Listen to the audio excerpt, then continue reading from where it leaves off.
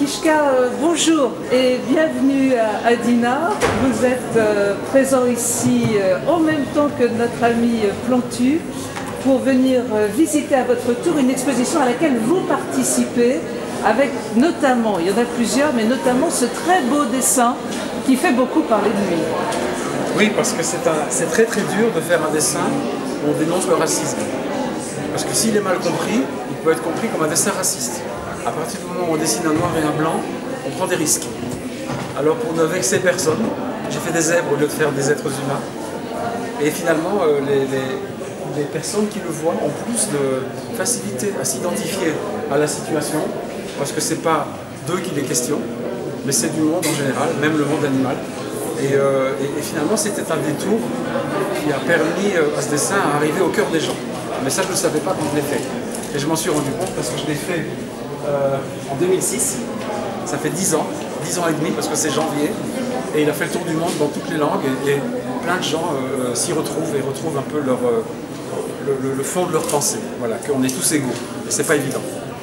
J'ai même pu comprendre que ce dessin était compréhensible par toutes les générations, y compris les enfants. Et vous avez eu cette phrase très amusante, même les abeilles. J'ai dit ça? Oui. Alors là, c'est génial. C'était forcément une ruche idée. Oui, une ruche idée. Oui. Il est mielleux, ce gars. Bravo, messieurs. C'est pas la première fois que vous venez à Dinard. En tous les cas, vous avez des attaches bretonnes, familiales importantes. Un petit peu, c'est vrai. Ma femme a un quart de sang breton. Et quand je suis ici, je pense beaucoup à elle. Mais je ne viens jamais pour faire du tourisme. Il faut que vous m'invitiez en dehors de l'exposition à découvrir la Bretagne. Et puisque je trouve qu'il y a en Bretagne, c'est une créativité extraordinaire. Du peu que j'ai pu en voir, j'étais à Rennes il y a quelques années, là je suis là, et j'étais aussi là quand j'étais à Rennes. Je sais qu'il y a plein de dessinateurs très doués ici, des artistes, des plasticiens et autres. Et voilà, je pense que l'IOT de l'Atlantique, il fait quelque chose. Vous êtes tous les deux membres éminents de l'association Cartooning for Peace, une association qui aujourd'hui prend tout son sens, toute sa valeur dans les circonstances dramatiques que nous traversons. J'aimerais bien que vous vous exprimiez tous les deux là-dessus. D'abord, Cartooning for Peace en français, c'est le dessin pour la paix. Tu n'es pas censé savoir l'anglais à ton âge. Parce qu'aujourd'hui, dans un dessin, et je m'adresse à lui parce qu'il est au premier rang, on peut faire des dessins haineux qui incitent à la violence et à la haine. C'est très facile de se laisser aller et de dire n'importe quoi, de dire ce que les gens disent sur les réseaux sociaux. Et nous, on se place au-dessus de tout ça et on essaie d'avoir un message tolérant, pacifique. Et aujourd'hui, avec tout le bruit qui appartient au monde, c'est pas évident de tenir ce langage.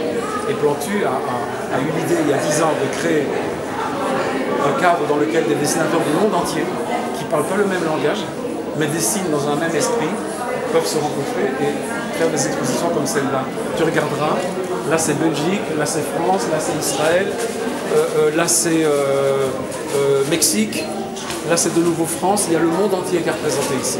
Parce qu'on a tous envie de fraternité et d'égalité et de liberté. Ça c'est... Hein? Quelque chose à rajouter, Plantu, sur cette réflexion? C'est parfait. Justement, les mots liberté, égalité, fraternité, je reviens encore sur... T'es en quelle classe, toi? Oui, c'est en vacances, on ne va pas lui faire un cours. On s'en fout. Bon, on s'en fout. En CM2, tu vas être de plus en plus amené à avoir des profs qui vont parler de l'instruction civique. L'instruction civique, c'est qui va te permettre de comprendre comment ça se passe dans le pays, comment il y a une région, comment il y a une mairie, comment on gère une mairie, ici à Dinard par exemple.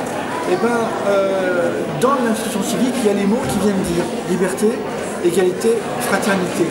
Et en fait, c'est des mots, moi ça me paraît naturel, liberté, égalité, fraternité, c'est ce qu'il y a marqué au-dessus de ton école, voilà, bon, à côté du drapeau. Bon, et ben, en fait, il faut revoir tous ces mots et les réinventer, parce que c'est des mots qui sont formidables et que moi j'ai toujours utilisé, mais comme ça, en disant, bah oui, liberté, égalité, fraternité. Non, en fait, il faut tout revoir, il faut tout réfléchir, et plus tard, on va t'apprendre ce que c'est que la Déclaration des droits de l'homme. Alors tu vas peut-être croire que c'est un vieux truc qui date de 1948 ou de la Révolution française. Non, c'est un truc très vivant. Et quand on te parle de la résistance, bah nous, on a dans notre association, on a des dessinateurs qui sont des vrais résistants au Venezuela, en Palestine, à Moscou, au Proche-Orient. Et tous ces dessinateurs ne veulent pas se laisser faire, ils veulent dire non, il a des choses à dire. Et tout ça, c'est des choses qu'on apprend dans l'instruction civique et qu'il faudrait faire en sorte que, comme pour la musique ou la création artistique, on devrait réapprendre l'instruction civique pour réapprendre des valeurs toutes simples autour du drapeau tricolore. Pourquoi il y a le bleu, blanc, rouge, pourquoi il y a le blanc au milieu du bleu et du rouge, pourquoi il y a des symboles, pourquoi il y a une révolution, pourquoi il y a eu des rois qui ont été éliminés en France, pourquoi il y a une république qui s'installe. Et bien toutes ces valeurs-là, en fait, ça marche si on les explique bien. Et quand on explique bien les choses, il y a tout qui passe et tout le monde peut dialoguer ensemble. Et du fait qu'on est tellement international, alors on a des collègues qui sont dans des pays qui sont totalement différents de la France. Moi j'habite à Jérusalem, en Israël.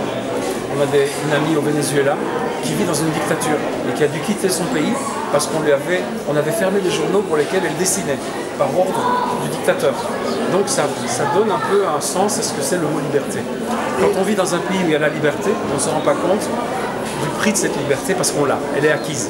Quand on ne l'a pas, on se rend compte que c'est un combat pour l'acquérir. Et nous, on est des combattants avec des crayons et des gommes, pas plus. Et il y a un dessinateur qui s'appelle Ali Farzat. Et bien en 2011, il travaillait à Damas en Syrie. Et il y a des gens qui sont venus l'arrêter, ils lui ont mis un sac plastique sur la tête, ils l'ont torturé et avec un marteau, ils lui ont cassé toutes les phalanges pour qu'il arrête de dessiner. Alors maintenant il est soigné, maintenant il redessine. Mais ça c'est le mot résistant, c'est un mot vivant aujourd'hui et c'est un vrai acte de résistance. Alors maintenant il fait sa résistance depuis un autre pays où il est réfugié, mais on pense à tous ces dessinateurs que nous défendons, qui ont des fois à connaître des dictatures. Tu vas savoir ce que c'est que le mot dictature. Dictature, c'est quand on t'empêche de penser. Toi, tu as envie de penser 1000 choses, et il y a des gens qui risquent de t'empêcher de penser librement ce que tu veux. Et ben, il faut te laisser penser librement, et pour défendre ta liberté, il faut qu'il y ait des vigies et des gens qui se battent pour ta liberté, comme toi, tu vas te battre plus tard pour la liberté des autres.